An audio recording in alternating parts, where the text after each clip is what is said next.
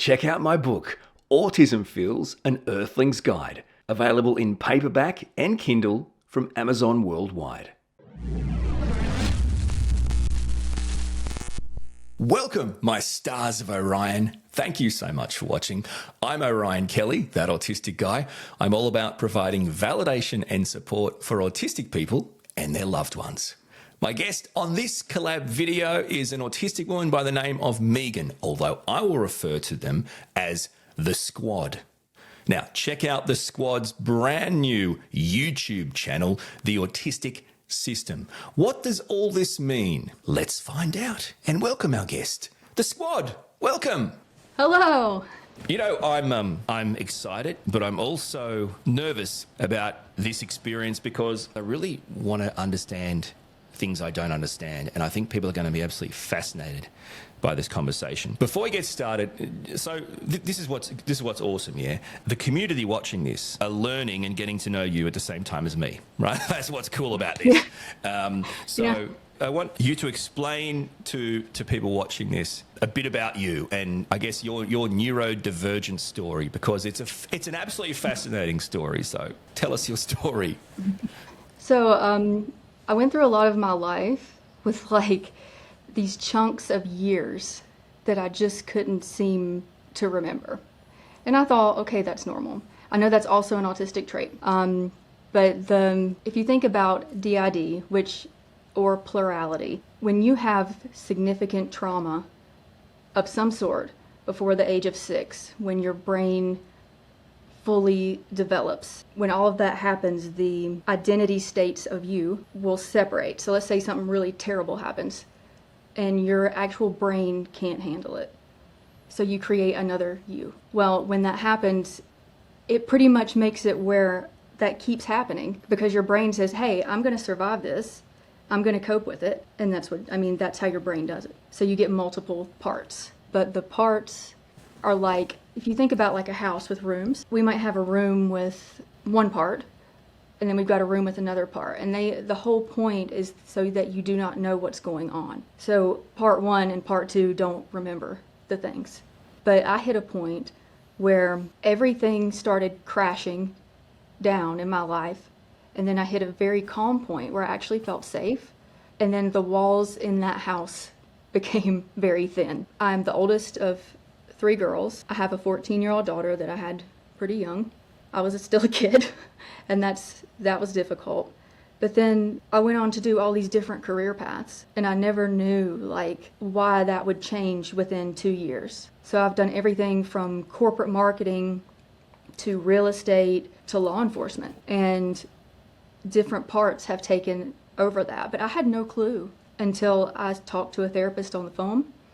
And I guess I said some things that triggered it, like, I don't remember big chunks of my day or my life. And she's like, well, maybe you should seek somebody out. And I did. I got all of the diagnostic testing done for it, and it was very hard. I think one thing to do, just to step back, because clearly you're explaining it really well. I think I might have missed a step, and that is the first thing. That is, for people watching who have no idea what's going on here, we have to talk about what is DID for starters, and because we're talking about your journey to it, and I think that's important. But I think also there's a couple of things that I'd love to say. At the very start, when we were talking before we started, so you described yourself as we. Now that is something that I think people would be really interested in.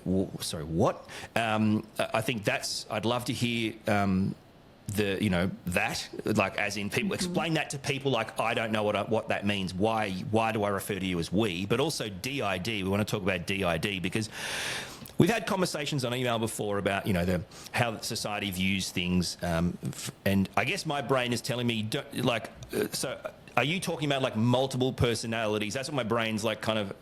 But then you're saying DID. So, can you help me understand that multiple personalities, DID, and how you relate to that? Because I think that's a really important information, and I also think people are probably fascinated to hear you explain it. Yeah, of course. DID used to be multiple personality disorder, but they're not actually personalities. They are personality states. So I am one person that has had trauma responses So I'll give you some names of parts.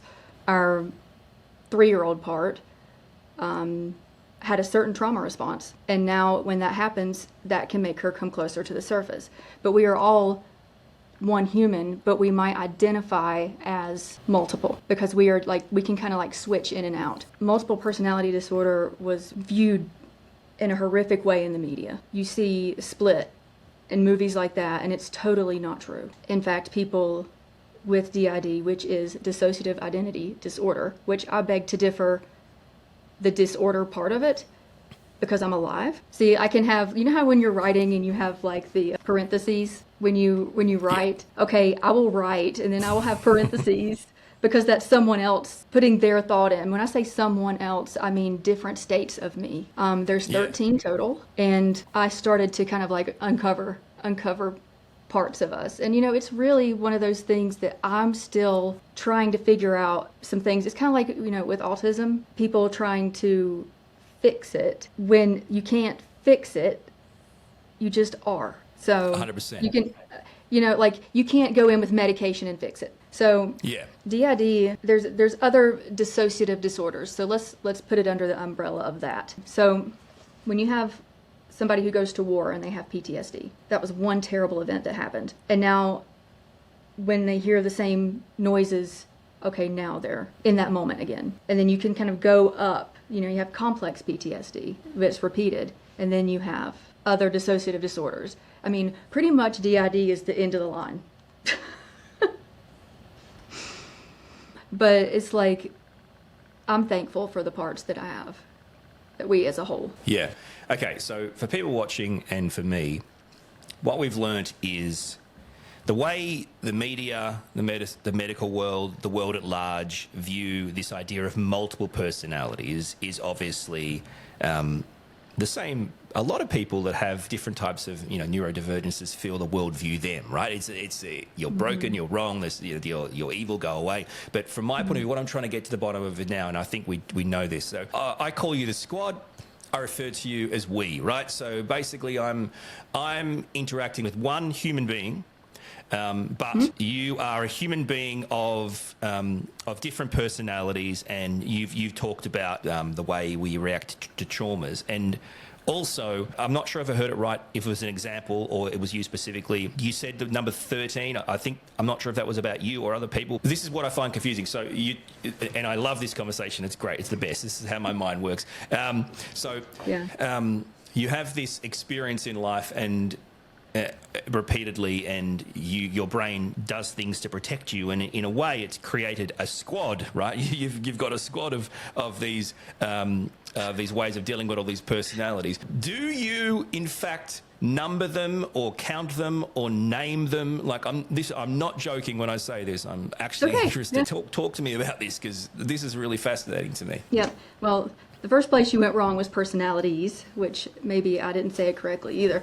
But it's personalities, like identity states. Let me clear that up. Identity states. So I'll give you an example. When I was getting diagnosed, I didn't know who was driving the car at the moment, because we're very fluid. You've actually talked to 3 of us and you don't know that. But whoever was kind of like more towards whoever was talking to you directly. Okay, so the identity states, and see, even right now I'm having trouble because I have a couple that are, I want to talk. It's like radios all over the place. But it's not schizophrenia, so let me say that. Everybody is different in the way that they experience this. There is no mold for it. Just like autism is a spectrum, and how you experience it is the same with DID or any dissociative disorder. It's kind of like digging. Like you can uncover a part in therapy. The very first one that we discovered was 5, and we only discovered it because we started like being very childish and our voice changed, and others were noticing it. But once we got into a safe place, those parts felt like, hey, we can be present now. And it's a discovery process. And I hope that I'm doing justice to all of the other systems and all of the people that identify as plural, because this is just my experience. And that brings up a follow-up question again. Yes, please ask all the questions. We're talking about what makes you plural, what makes you we, the squad, is based on more than one identity, not more than one personality. Am I right in saying that? It's like there's one you, but there's made up of different identities. Is that what you mean? Yes. Okay, I got that right. Okay. Now, why do you age them? Why do you give them ages? Well, I don't give them ages. They just are. Let me say. But how do you know? Like that's what I find that all fascinating. Systems. That's when the trauma happened. So. Okay, right. That makes 3 years sense. old. Okay. Said bad thing happened. Poor little Ava got stuck in her room of the house at 3 years old, but she was there to protect us so that another part, the original, and people argued the original, but let's just say, for example, the original couldn't deal with it. It was too much to think that people that were supposed to love you and care about you could be mean to you. You can't just run out the door. You can't fight them back. So you just go somewhere else in your head. And so the age is whenever they experience the trauma, in my experience.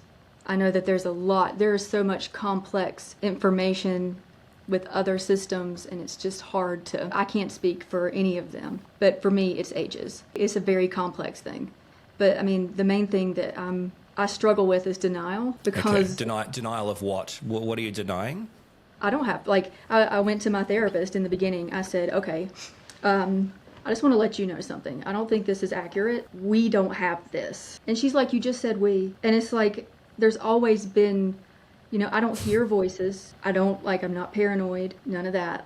It is just overlapping thoughts that's common. But I mean, I dissociated out of the trauma, and instead of just dissociating into, Lego world, I had to create a part, or my brain. So I didn't. My brain created the part. And so the traumas that we had are ages. But I mean, some of them also, which goes along with what you're saying, is, which I guess we can cover later, is the autistic trauma as well, which didn't have to be like somebody did something real bad, but like physically. Parts were masks. But I mean, once your brain starts doing that, it just keeps doing it. It's a coping mechanism. You can't undo it. Some people try to integrate parts, and I don't really have an opinion about it. As long as the squad has good communication, I'm good. Imagine a conference table, a conference room, and kind of like Inside Out, and you've got the microphone in the middle. Yeah. Okay, it's like that. So we have all the different identity states of us, and if I see a toy that I really like and I'm not worried about anybody else, a younger part can come out. But if a fire starts, Blake is our protector, one of our protector parts. He will jump right in there and save everybody. Yeah. I have never felt so out of my depth in a conversation in my life. This is the most confronting conversation I've ever had. This is the thing, right? I thought I was good at talking to people, but me too. This is the most staggering conversation I had in a long time. I hope I'm not ruining your experience by you talking to me. I'm doing my best, I promise. I'm worried about the same thing. Here's what's really interesting, right? Okay, so for starters, I don't actually know who I'm talking to at any point in time. That's the point. So I'm trying to do the best I can to work out, and also presumably every time I'm talking to someone different, that I don't know if it's even flowing on from the conversation that you see. Here's the thing, right? You say I've already talked to a few. Did you refer to them as you've already spoken to a few people? Did you use the word you already spoken to a few people? I don't want to say the wrong word. So is that what you said? I've already spoken to at least three of them. Sorry, who? 3 parts.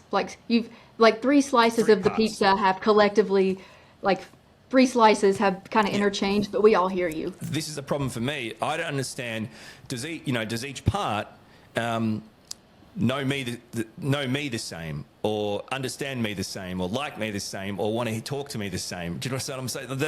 That's when I find it so fascinating. Yeah, I find it so awkward and fascinating. I love, by the way, I'm awkward's my middle name. I love this, but I love the autism chat you had. Now let me ask you this, right? This is because I want to talk about this connection or this disconnect or whatever it is. Yes. Is it possible? This is just the story my mind is telling me. Is it possible that just autistic people who are born different, whether they're diagnosed early or diagnosed late, they're clearly born different, and they've put on masks subconsciously or consciously, one way or the other, to get through life as a different person. In many ways, do you feel like some of the masks we put on as autistic people throughout our lives is kind of the same experience that you're talking about? I don't mean to minimise it. I'm saying it sounds kind of fascinating. Like masking is a different part of us trying to protect us if it doesn't think we can make this moment. Do you see what I'm saying? Does that make sense? The difference between that is with a dissociative disorder, for the DSM-5 criteria, you have to have amnesia, which, I mean, there can be obviously amnesia with autism. And it's interesting that you say that, because listening to your videos before, I guess within the past few months, I've really listened to them, and I'm like, wow, so much of my daily struggle is autism related, but I also am a system. I am a we. And it's very rare to find both that like you can actually like talk to. I am a system who just happens to be also autistic. I'd love to kind of hear more about the connection between the two. So with regards to DID and being autistic, how did you join those dots? What came first? How did it all fall into place for you? The first dot there was my daughter, who was 9 at the time. By the way, I didn't even know about my different parts till like 2 years ago. Her social and intelligence were not matching up. So she, like with school and everything, and my sister had said to me, hey, I think she might be autistic. And I'll be honest with you, like I had no clue. I mean, I knew somebody who was autistic and I had a vision of what they look like. And I was like, no way, it's just not possible. It was one end of the spectrum that I thought it was, but she's the other end or the other opposite of what I thought. And I was like, okay, that's interesting. So I did get her tested, and she was diagnosed with autism. And at that point, she's 14 now, so she was 9. I'm just like this. I had a lot of experiences that it didn't register with me totally that I did the same thing, because I didn't remember. I didn't remember my childhood, and I thought, you know what, I might be autistic too. But then it was like 3 appointments, so I had to separate the appointments out. And after the second one, I was going into a career that would be very terribly looked upon because it's unfair. And I'm like, I can't do this yet. I don't even want to know right now. And then a whole lot of things happened within like 2 years, and then I got a DID diagnosis. But that right there, the DID diagnosis was the tipping point, because once those younger parts started showing up, I was like, wow, I stim a lot. I can't, like, this part, you know, if like we're out together, but, you know, I can watch a younger part and be like, whoa, she's really having trouble. She's not comprehending things as well, as quickly. Why is she repeating everything back that she hears? Like, I can overhear her. But sometimes, I mean, I can't always do anything about it. Can try. But we've got better communication. And that's the point. That's the point with dissociative disorders, different parts. You need communication. Because if we're all going all these ways, and nobody's telling anybody where we're going, you know, we're screwed. But if we're all together the way we're supposed to be and communicating, we can conquer the whole world. Do you have like any thoughts or insights into, because a lot of autistic people, obviously, as you well know, late diagnosed, found a diagnosis through a child, right? That's one of the main kind of late diagnosed stories. But from your point of view, how have you been able to navigate being a mum, being a parent, having a child, while still trying to, like you said yourself, really work out yourself? Like in the last couple of years, you've had a lot of things to work out, to kind of get your head around. I don't even know how you've been able to navigate that. How have you found navigating that, and like helping someone become a person, but also getting to know the squad? Ooh, there's a lot of that's very difficult for me personally. It is the hardest thing. I actually thought, is there anybody in the world going through what I'm going through? I had everything in my life completely fall apart within a year. Everything. everything I knew, like even my family, you're crazy type, stuff. And I've repaired a lot of things with my mom, realizing that she's human. But being a mom myself and having not remembered everything before, I was doing a lot of, I don't want to say hurtful, but I didn't, the part that was parenting her in the beginning wasn't so empathetic because they couldn't be.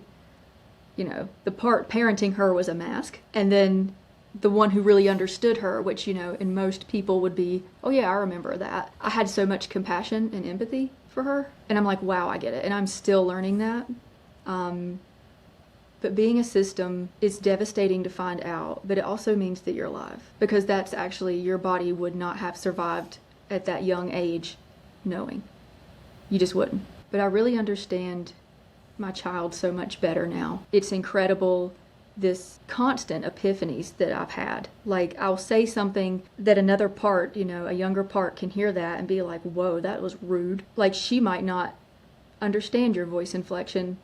Like, we need to rephrase that. That sounds like something one of our parents said to us and it hurt our feelings. And so I can like reel it back in real fast, and be like, hey, let's talk about this. I'm sorry. Let me fix it. If there is a connection, and even if she wasn't my child, the connection I have with her is unmatched because I get it. Our scores were actually within 2 points of each other in one area of the autism testing. Listening to the stories and the experiences, I can't, and just sometimes I forget I'm talking to you. I'm just listening to the stories. It's okay. Just grab some popcorn. I mean, that's literally what I feel like I'm doing here. They're just great stories, just hearing you talk about, because here's the thing, right? The world would say, you don't have any stories or experiences or things to teach us. You're just a crazy person. That's what the world would tell you, right? That's what you've probably had, and say things to you that you disagree with. Like, no, you just have, multiple personalities, or this is just a, whatever it is. I can't even imagine, by the way. How do you confront that? How do you turn around? Because I get the impression you would prefer, like the fact that you talked about being forgiving of your own family. It seems to me like you would prefer to actually teach people, to actually help people understand this, rather than fight back or whatever, which is incredible. I think that's amazing. So let's do that. I mean, let's talk to the world here that think you're just crazy and everything you're saying is like a disorder or whatever. How do you combat that? Because it seems like you are very forgiving. What do you say to the world that say those things? Wow. We different parts have different ways of expressing that. But let me say it from the most healed and understanding and outsider that's not attached to my own experiences, because that's unfair. I do not hear voices in my head. If you do, that's you, but that's not my experience. My brain works in a way that is almost a supernatural way. If the person watching me who says I'm crazy, I want to see you do it and be here. I want to see you find out this diagnosis and be here, because we aren't split. We aren't multiple personalities as in the way it was viewed. We are different identity states, all me. But we may say, okay, well, I'm the one who needs to shoot the basketball on the team right now, and I'm going to shoot the basketball. It's a team, it's a squad, that's the point. But I mean, everyone is valid no matter their credentials and their job. Nobody deserves to be called crazy. I was a student who did my best. I'm artistic, I sing, I have a master's degree.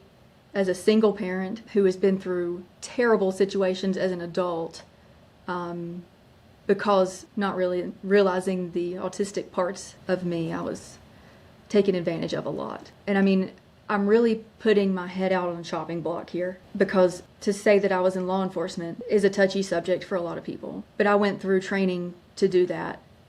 And I had a part that did that. And he's the shit. He will save you. He will save every one of you. But we overcame unspeakable odds. So people can keep their damn opinions to themselves. But if you are a system and you do think you could be, there's somebody out here in the world that cares and gets it as much as I can get it. And we are here for whoever. I'm still figuring it out. I'm on a journey with all of you guys. In all honesty, it's actually an incredible life story. I mean, I know it's not over, but it's like the achievements, the things you've been able to do, the things you've been able to overcome. I'm not in any way patronizing when I say, like, it's a really kind of inspiring, courageous story, because a lot of people would just give in, right? And I think it's incredible what you've been able to achieve through the challenges, the clear challenges, not in spite of it or despite of it, no, but because of it and through the challenges. And I love how you explain it, and I love how you talk about it, and it makes total sense to me. And, you know, I've got a couple of things I'd love to ask you. I really would love you to explain to me, just from your experience. So you've told me what it's not, you've told people it's not this. Don't call me that. This is not it. I'd love to hear your experience of what it actually is, what it actually feels like to be you and to have these states. But also, you talked about how they're helpful in different situations. I guess they all have an opportunity to have some sort of satisfaction or employment. But does that mean that there's a control there? There's some sort of control there of what's chosen at a given time. Do those two questions make sense? I'd just love to hear your experiences for you personally. Yeah, like I said, you know, imagine, let's put it in a parenting situation. Imagine that you have 13 children. Some of the children are very good at certain things. You got to have a leader, like an orchestra. Whoever is, you know, for the most part, that's kind of my goal.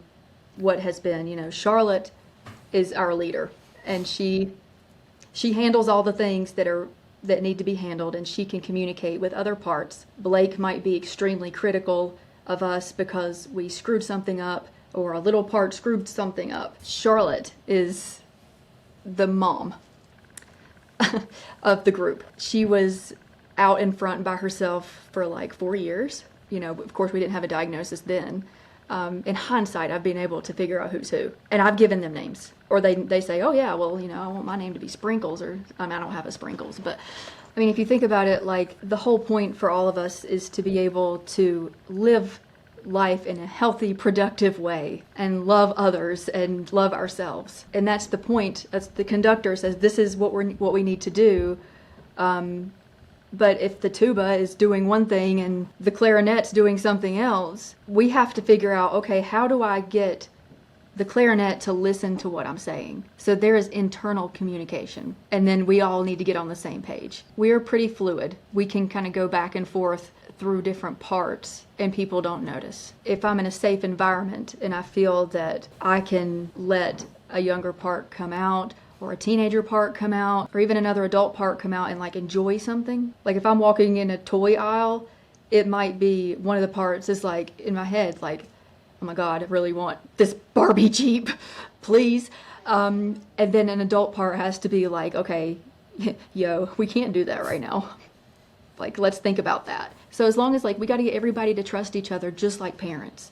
It's just like parents, anybody, like trust those younger parts, and the adult parts cannot be getting mad at the little ones. A 3-year-old part might not like Blake because Blake might be very dry and to the point, like our father was. But she needs to realize that Blake is also a part of this system, and yeah, he might act like that, but yeah, we know we know we're not a boy. Our body is not. But Blake identifies as male, because that's where he fits in. But it's just got to be trust, a lot of trust, and that is hard. And there are a lot of systems that don't make it because they never knew, or a part of them didn't know. And you know, a lot of people quit therapy because they just can't. It's too much, and their brain will do it for them. It is not, oh, hello, darling, I'm going to create another part today. No, it's going to be, my brain just does it because I can't handle it anymore.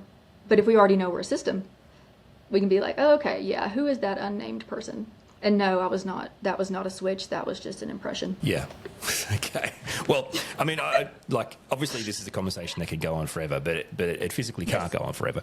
But from your point of view, what are you kind of hoping to do with your own perspective and, you know, content and connecting with people? Where do you see yourself? Are you... Yeah, well, I ask myself a lot, like, why? Why am I getting struck with lightning so many times? Like, how can any one human being handle this? And everything that I've done in my past, as far as, you know, careers or whatever has always been create and help. The days that I feel like I can't keep going, I look at my child and I say I have to, because I will have those days, you know, not even days sometimes, but just like, I feel really down for 2 hours. And my wish is for no human being to ever feel that way. I wouldn't wish the worst moments of this on anybody, even the people who caused it. And that's a huge thing that I was, you know, very much judged for in my circle. I got completely alienated. And some of that was because people, there's a difference, you know.